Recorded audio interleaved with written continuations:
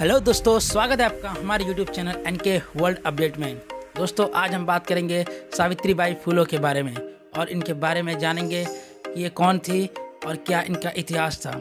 इस वीडियो में आगे बने रहे दोस्तों। अगर आपको ये वीडियो अच्छा लगे तो लाइक, कमेंट, सब्सक्राइब ना भूलें। सावित्रीबाई फुले भारत की पहली महिला शिक्षक जिन्होंने अन्याय के खिलाफ खड़ा होना सिखाया। अपने पति के सहयोग से उन्होंने कई विद्यालयों का निर्माण किया। उनका मानना था कि शिक्षा ही गरीबी को मिटा सकती है, इसलिए उन्होंने शिक्षा को बढ़ावा दिया और समाज में फैली अफवाहों, रंग रूप और भेदभाव को खत्म करने का प्रण लिया।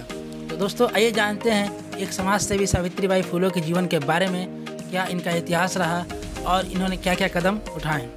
कौन है ये सावित्रीबाई फुले? सावित्रीबाई फुले एक भारतीय शिक्षक, समाज सेवी और महाराष्ट्र की कवयित्री थी।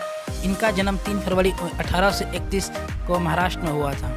उन्हें भारत के नारीवाद आंदोलन की अग्रणी माना जाता है। वो भारत की पहली महिला टीचर थी जिन्होंने लड़कियों को शिक्षा का महत्व समझाया। सावित्रीबाई फुले ने अपने पति के साथ भारत में महिलाओं के अधिकारों को बेहतर बनाने में महत्वपूर्ण भूमिका निभाई। उन्होंने जाति भेदभाव के आधार पर लोगों को अनुचित व्यवहार को खत्म करने के लिए काम किया। 10 मार्च 1897 को सावित्रीबाई फुले ने अंतिम सांस ली। सावित्रीबाई फुले को भारत की पहली महिला टीचर के रूप में जाना जाता है। इनका जन्म स्थान महाराष्ट्र में है। इनके पिता का नाम खंडोजी नवसे पाटिल है तथा माता का नाम लक्ष्मीबाई है और पति का नाम ज्योतिराव फुले है। ये रिलीजन से हिंदू है, जिनकी मृत्यु 10 मार्च 1897 को हो गई थी।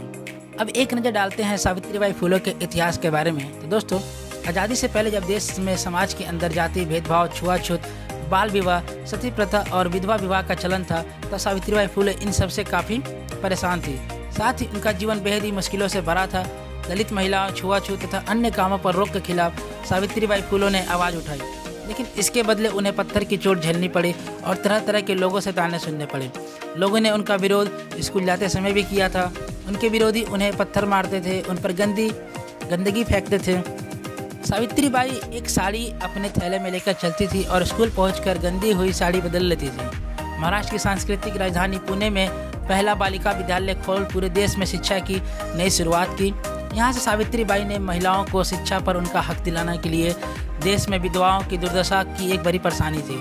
सावित्रीबाई इस पर गौर किया और 1854 में उन्होंने विधवाओं के लिए एक आश्रम खोला। एक रहने का नया मुकाम मिला। कुछ सालों के बाद 1864 में इसे एक बड़े संस्थान के रूप में बदलने में वो सफल रही। उनके इस आश्रय गृह में निराश्रित महिलाओं, विधवाओं और उन बाल बहुओं को जगह मिलने लगी जिनके उनके परिवार वालों ने छोड़ दिया था। सावित्रीबाई उन सभी विधवाओं को पढ़ाती, लिखाती तथा शिक्षा प्रदान करती थी। सावित्रीबाई फुले का निधन कैसे हुआ?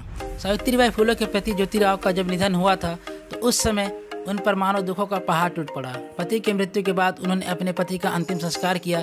पति की कमी तो खल ही रही थी, लेकिन उन्होंने अपने आप को संभाला। लेकिन करीब 7 साल बाद, यानी जब 1897 में पूरे महाराष्ट्र में प्लेग की बीमारी फैली हुई थी, तो वो लोगों की मदद करने के इरादे से खुद भी प्लेग का शिकार हो गई और इसी वजह से 10 मार्च 1897 को उनका निधन हो गया। दोस्तों, जैसा आपको पता होगा कि भारत की आज़ादी से पहले महिलाओं की गिनती ना के बराबर थी। केवल पुरुष को ही आगे रखा जाता था और उन्हें एक बेहतर दर्जा दिया जाता था। अगर बात करें शिक्षा की, तो उन्हें शिक्षा का अधिकार भी नहीं था। शिक्षा तो दूर, उन्हें स्कूल जाने से भी रोक दिया जाता था। 18वीं सदी की बात करें तो उस समय महिलाओं को स्कूल जाने भी किसी पाप की तरह समझा जाता था। ऐसे में सावित्रीबाई ने जब स्कूल पढ़ने जाती थी तो लोग उन पर पत्थर फेंका करते थे, लेकिन उन्होंने हार नहीं मानी और स्त्रियों को उनका हक दिलाकर ही माना। भारत की पहली महिला शिक्षिका सावित्रीबाई ने अपने पति समाज सेवी महात्मा ज्योतिराव फुले के साथ मिलकर 1848 में उन्होंने बालिका के लिए एक स्कूल की स्थापना भी की थी। दोस्तों, एक ऐसी बहादुर महिला जिनका आज ही के दिन 3 जनवरी को हुआ था, उन्हें मेरी तरफ से सत नमस्कार। दोस्तों, वीडियो अच्छा लगे तो लाइक, कमेंट और सब्सक्राइब करना ना भूले। थैंक्स फॉर वॉचिंग दोस्तों।